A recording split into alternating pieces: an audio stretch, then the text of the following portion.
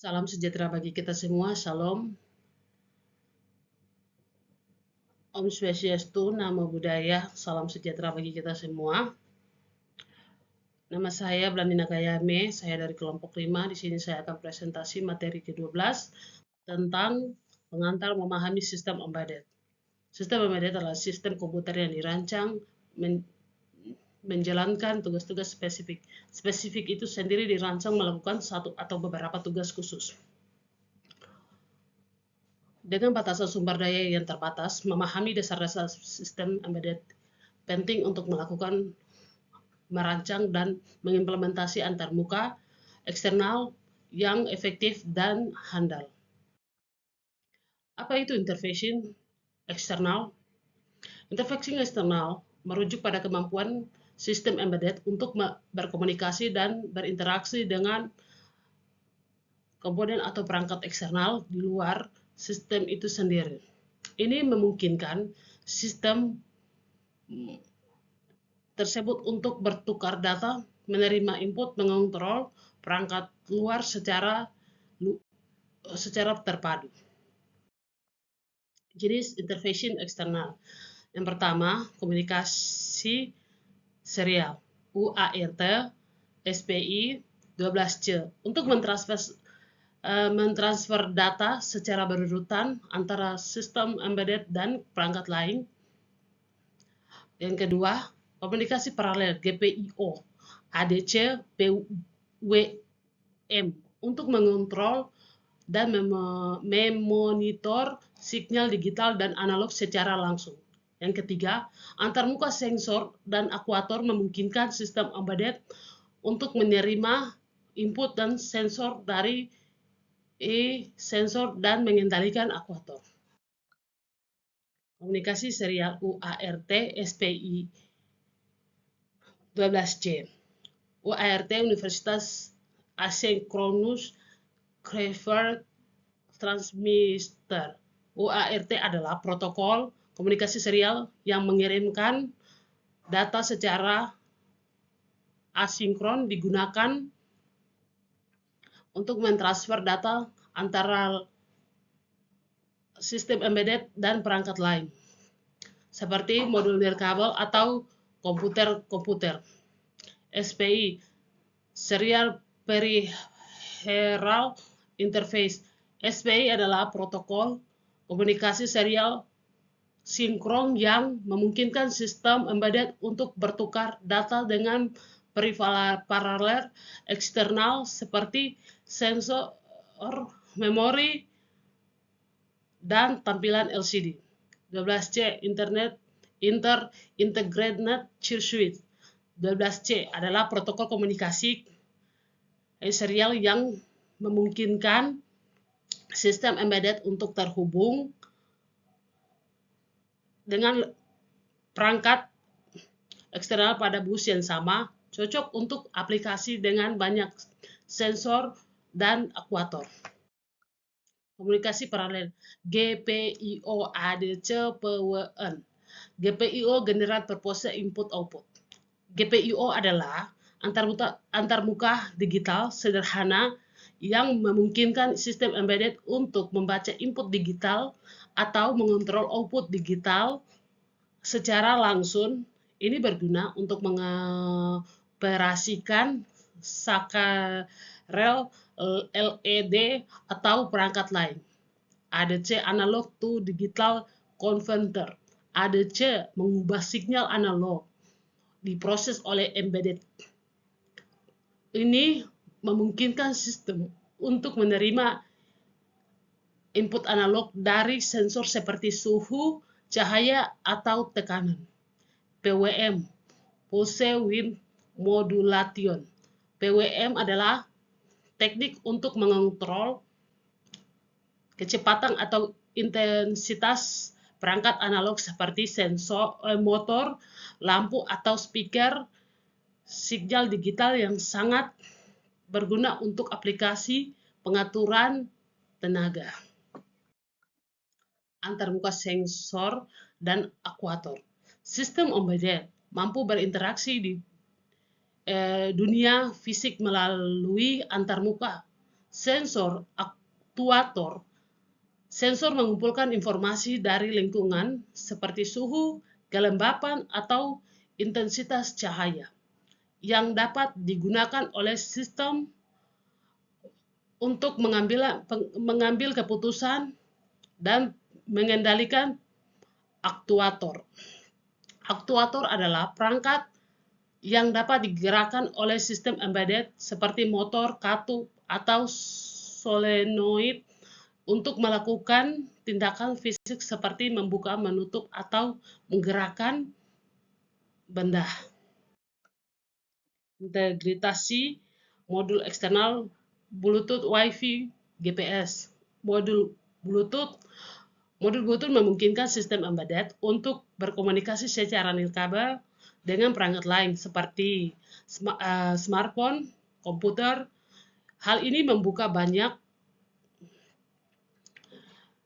kemungkinan untuk aplikasi terkoneksi dan mengontrol jarak jauh.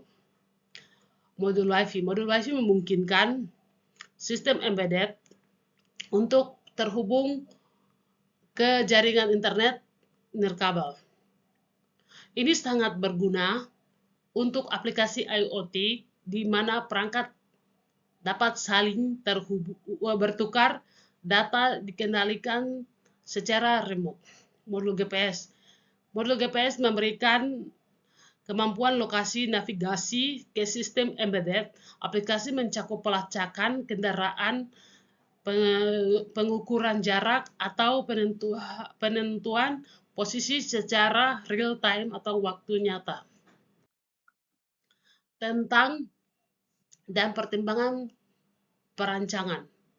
Merancang antarmuka eksternal pada sistem embedded memiliki beberapa tantangan yang harus diatasi. Kebutuhan daya yang rendah, keterbatasan ruang fisik, dan kehandalan operasi daya yang rendah. Keterbatasan ruang fisik dan kehandalan operasi merupakan faktor-faktor penting yang harus mempertimbangkan dengan seksama. Selain itu, kompatibilitas protokol komunikasi dan kompatibilitas perangkat keras juga menjadi perhatian utama. Perancang harus membuat keseimbangan antara fungsionalitas, efisiensi energi, dan ketahanan sistem, memilih komponen yang tepat, merancang tata letak optimal, serta menerapkan manajemen daya yang efektif adalah kunci untuk menghasilkan sistem embedded yang tangguh dan handal. Studi kasus, implementasi interfacing eksternal, sistem pengukuran suhu pintar.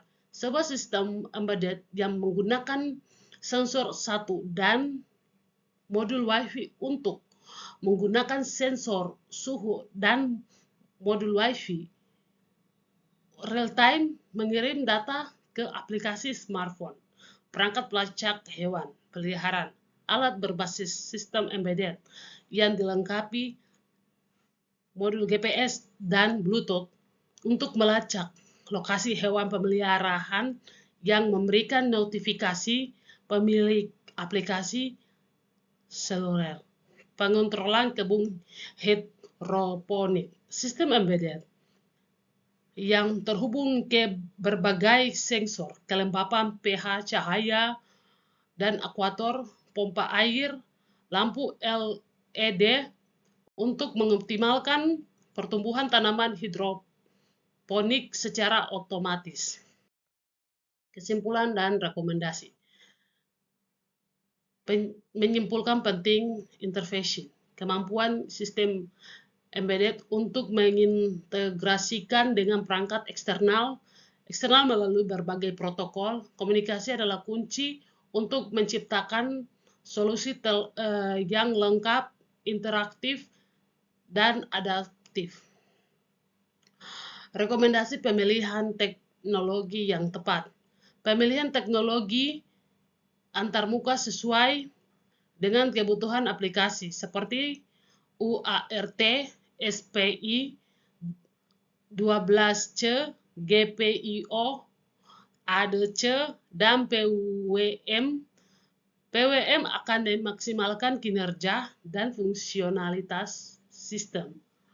Pertimbangan perancangan cermat. Menghadapi tantangan daya ruang, kedalaman, perancangan antarmuka internal, eksternal, harus menyimbangkan efisiensi, kompatibilitas, dan ketahanan sistem secara seluruh. Peluang integrasi modul nirkabel. Pemanfaatan modul komunikasi nirkabel seperti Bluetooth, Wi-Fi, dan GPS dapat membuka banyak peluang untuk aplikasi integrasi terhubung dan terkontrol jarak jauh. Sekian presentasi kami, terima kasih.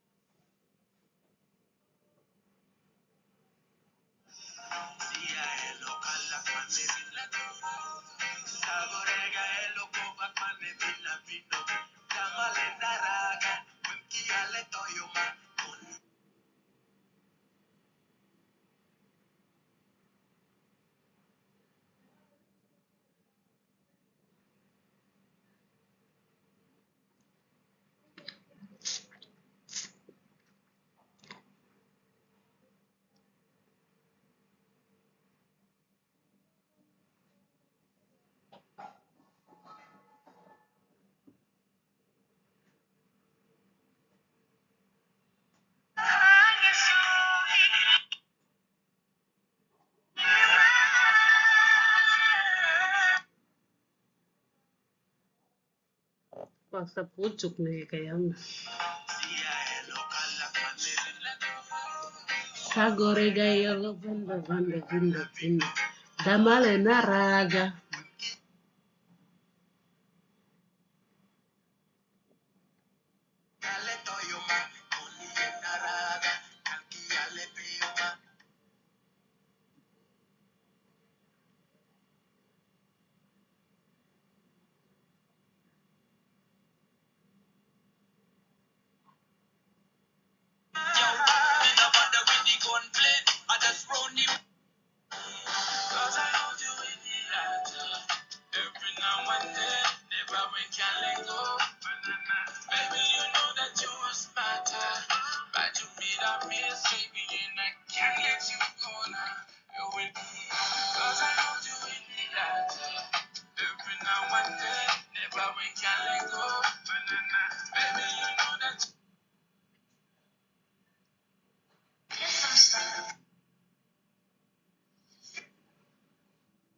Oh, udah 5 tahun dia. Aduh, saya takut terus. Buat teman-teman FB Pro, saya mau tanya, kenapa ya buat teman-teman yang main FB Pro itu lo bilang, kan bikin malam diri ya? Kan tanggapan dulu. Kalau saya, apa sih yang mau? Tidak, biasa saja posting video segala macam, biasa saja. Ya, setelah nanti kita ada rezeki, mau saya ya, rezeki kita nanti dapat cuan dari FB Pro kan? Ada penghasilan bagus daripada dia